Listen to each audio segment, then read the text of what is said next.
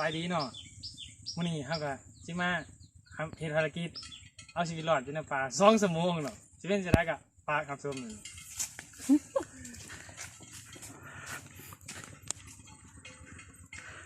ได้ยินเสียงรถซิ่งเนาะเฮาก็ได้พาหนะที่จะออกเดินทางเนาะ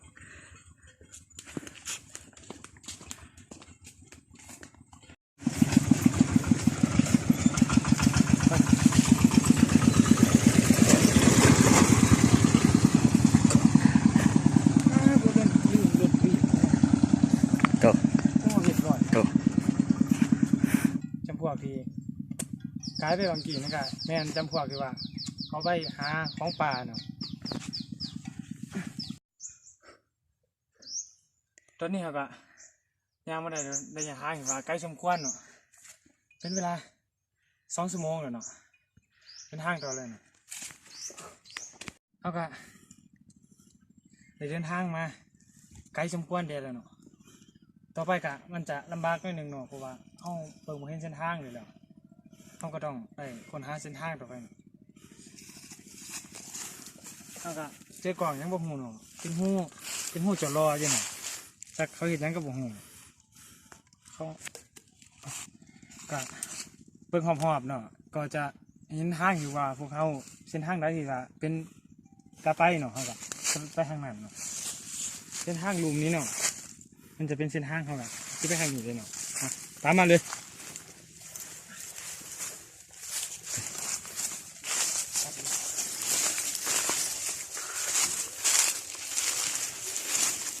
เลี้ยวซ้าย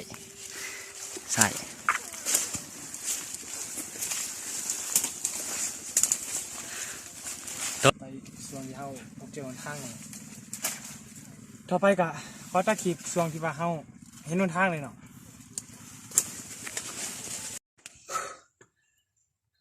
เขาก็ได้เดินทางมาไกลสมควรแล้วเนาะทางนั้นก็คือทางที่ว่าเขาเดินออกมาเนาะโอ้คนทางเนาะทำมาเลยเฮ้ยพวกคนทางเนาะ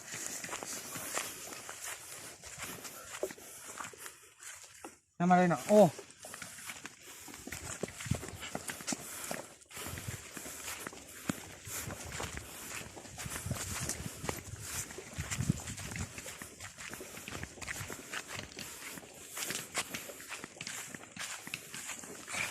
นี่เนาะเขาก็ได้มาพบเส้นทางยาวเลยเนาะ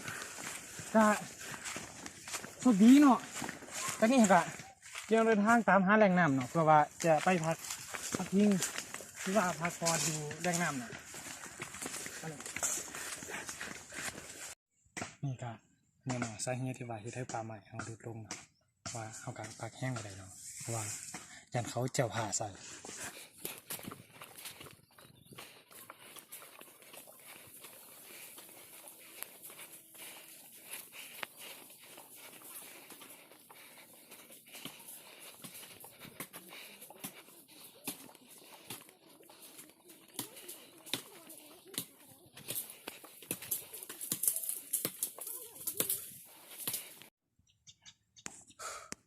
เขาก็เดินทางมาได้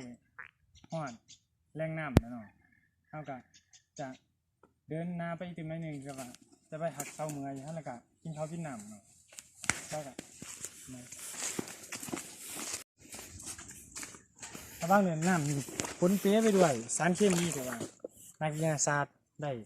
ปล่อยสารเคมีลงครับว่าเป็นคนธรรมดาเนี่ยบ่สามารถลงได้บอกเตือนใจไว้หน่อยยี่โมเกิด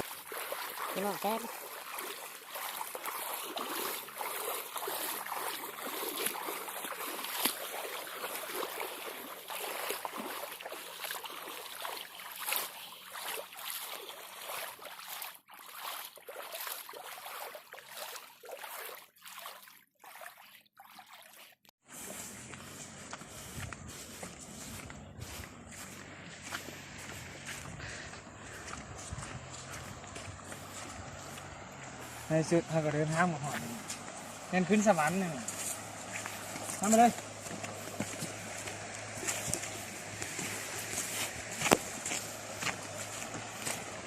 นี่นะคือจุดที่ว่าเรียบร้อยนี่เราคือจุดที่ว่าเขาจะพักส้มเนาะนี่เราก็เป็น มีน้ำที่ว่าอุดมสมบูรณ์เนาะมันก็จะทำการแข่งกินเนาะเพื่อว่าหิวข้าวเกินเนาะถ้าเขา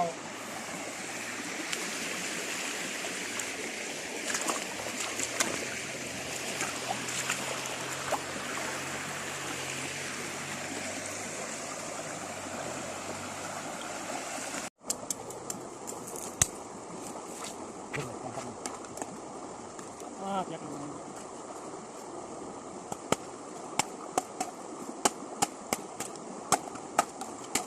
กินเอากันนะ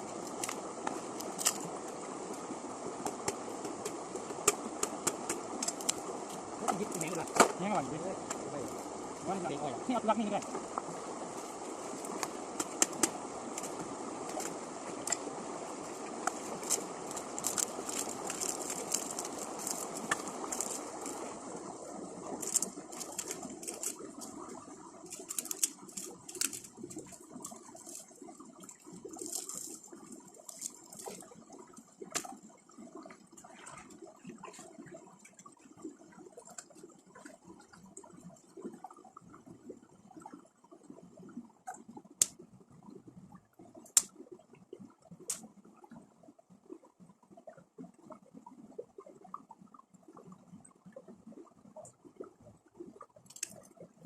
แล้วก็ไป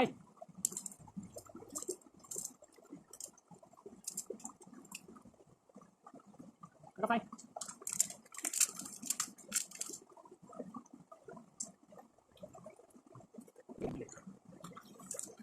มาปูปูปูมาสิปลาไปเยอะมันย่างไหนดิมาดิคนงานคนบ้าจ้าเลยต้องก่อนเนี่ยด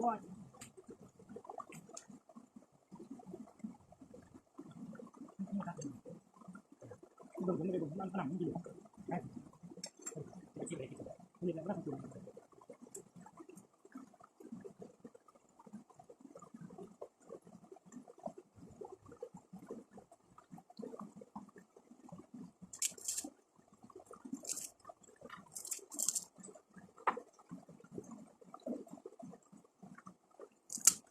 ตัวต้องจับไปนี่หนังไปเพื่อนจับดีเลยดีสองปีนั่งไปเลยน้องที่ไม่ยาวอยู่ตัวเนาะดูคนดูกันไปสิยักษ์หนังจ้ะก็ใช่ครับเฮ้ยก็ไปวันจันทร์ได้หรอที่หนังแห้งเยอะสิเหมือนกัน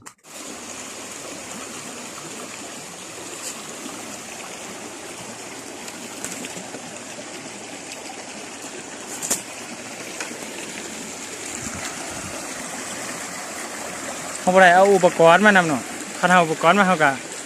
ที่มาหาปลาเนาะเอาไว้อีพี่น้าเนาะเขาอีมาหาปลาเนาะเฮ็ดทางน้ำโขกเย็นเนาะ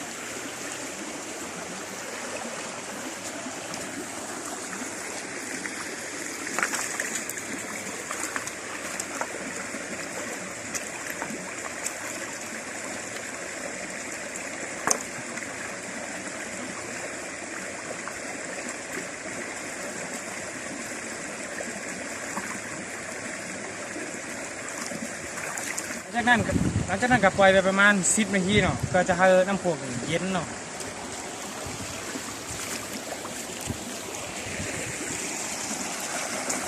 ตอนนี้เขาก็หิวข้าวแห้งเนาะเขาได้เอาเครื่องกินมาแต่บ้านเขาก็มาหุนกันเนาะที่ว่ามาเขากินก่อน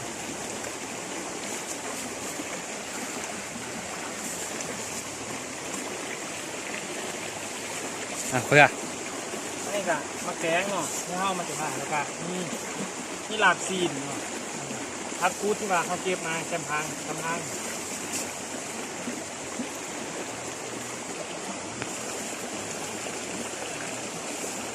มีเลยเนาะน้องเอากระแปกไปนี่พลาดบ่ได้แต่ก็คือน้ำโขงที่เขาได้แซ่บไป ปองปลา กองฟ้าเนาะ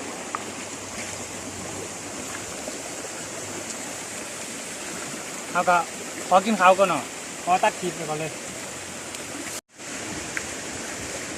เอาแต่ว่านี่เขาก็ได้กินข้าวอิ่มแล้วเนาะแล้วผมซื้อว่า ฝ่าฝนล้มนี่ตกแห้งเนาะก็ฝนนี่จะตกเนาะเอากะเป็นอะไรออกเดินทางกลับบ้านเอากะจะขอปิดคลิปหน่อยแล้วสุดท้ายกะเขาจีมีการถ่ายภาพความสวยงามของเมนันเข้าทานมาเขาเบิ่งหน่อยเบิ่งได้ถ่ายคลิปได้เบิ่งฝนฝ่าจะลมพัดแห้งเนาะฝนจะตกฝ่าจะพาเขาได้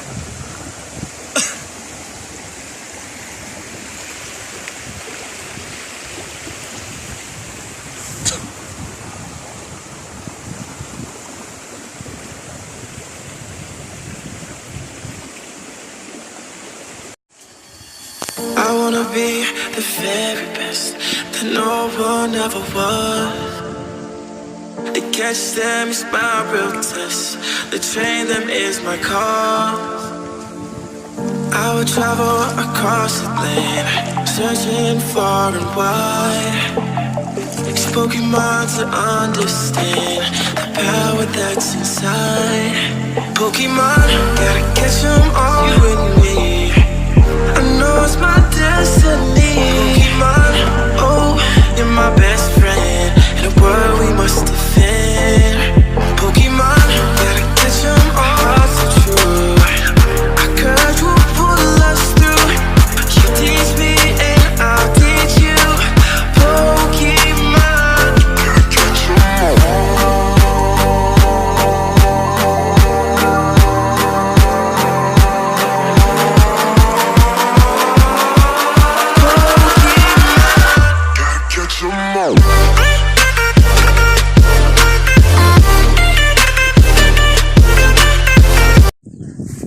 ในขณะนี้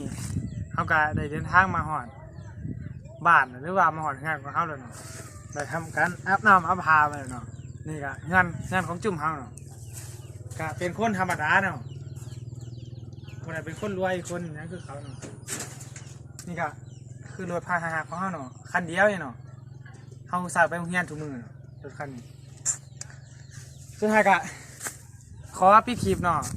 ขอฝากกดไลค์กด Subscribe กดแชร์ให้เนาะเพราะว่าถ้าว่าคลิปนี้เป็นเช่นไรกะกันคลิปนี้เป็นเช่นไรกะมีบอลผิดพลาดแนวไหนกะขออภัยเนาะเพราะว่านี่เป็นคลิปทำอิฐของพวกเขาเนาะเป็นเช่นไรกะแล้วเนาะไป